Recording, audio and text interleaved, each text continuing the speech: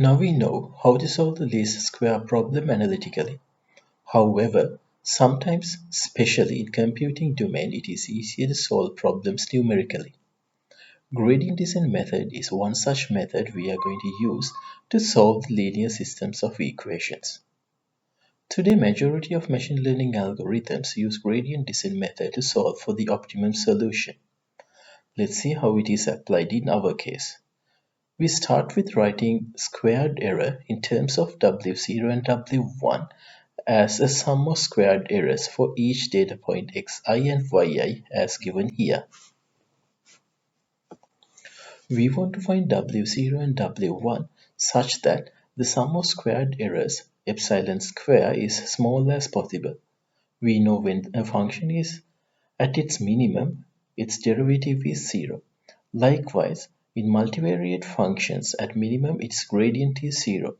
Since gradient is a vector, in order to become the null vector, each component of the vector must be 0, which means individual partial derivatives of epsilon squared with respect to both w0 and w1 variables should be 0 as shown in the matrix equation.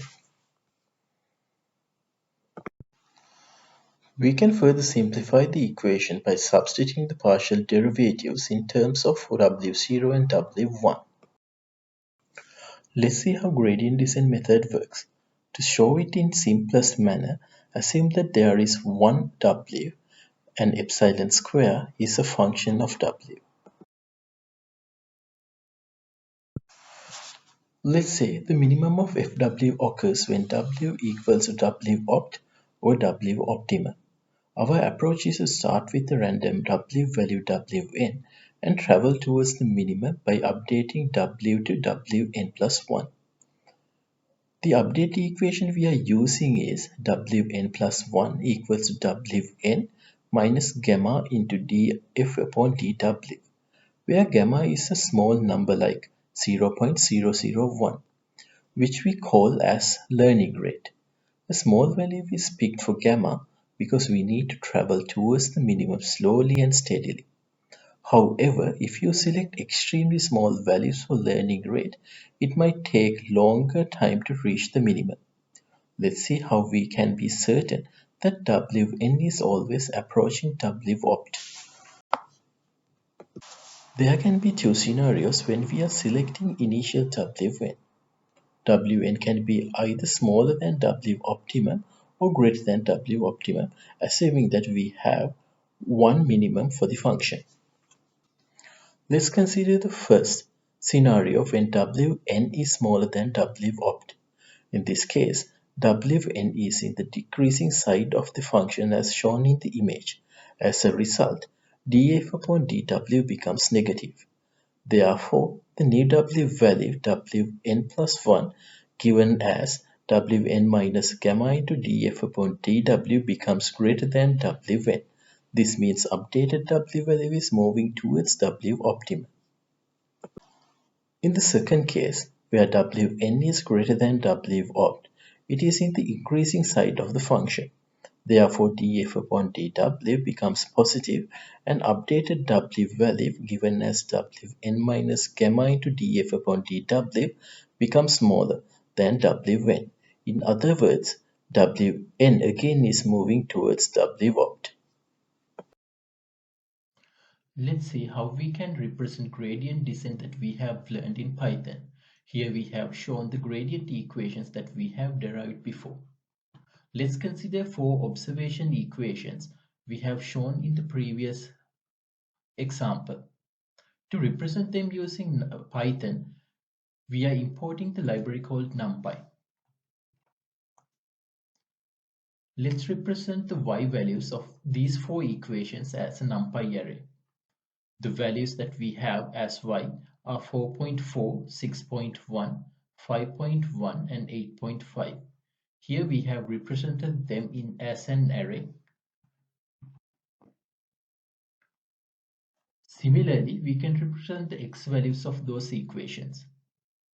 Here we have 1.5, 3.5, 1.8 and 5.1. We are representing them as a NumPy array as well.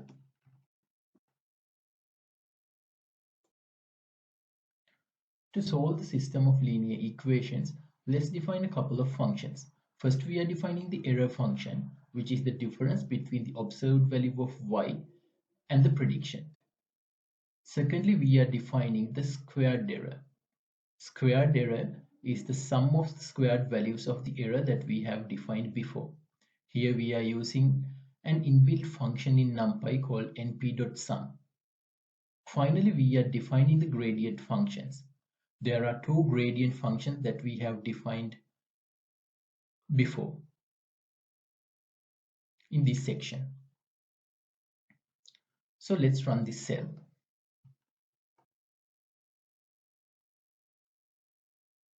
To start our iterative solution, we don't have any values for W1 and W0.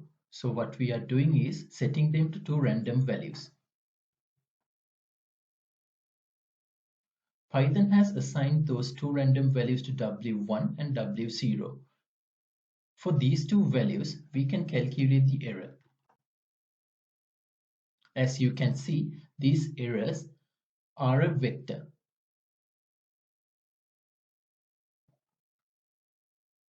Secondly, let's calculate the squared error.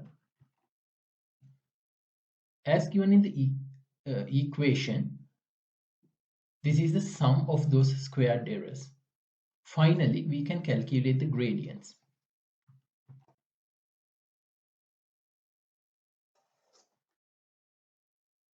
The gradientism method is all about updating the values of W that we have initiated to some random values.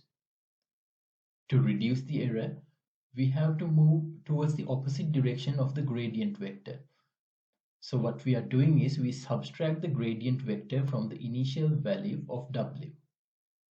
Here we are multiplying the gradient vector by a small quantity called gamma, which is the learning rate, which defines how much you are moving towards the negative direction of the gradient. Let's define another function to update the weights according to this function. In this update weights function, we take the gradient vector and then we start with the initial values of W. Here the learning rate is the same value that we have defined as gamma in this equation. So what it returns is the new value of W after moving towards the negative direction of the gradient. Let's run that cell. When we keep updating this W value, we have to do it until the value of W converges to a single value. The number of times we have to do that will depend on the convergence. If the values of W is no longer changing, that means we have converged to a minimum value of the error function. So depending on your particular problem, you will have to test different values of n. If you set the values of n to a very large value, the computation will take longer because you will be doing the computation unnecessarily even after convergence has occurred.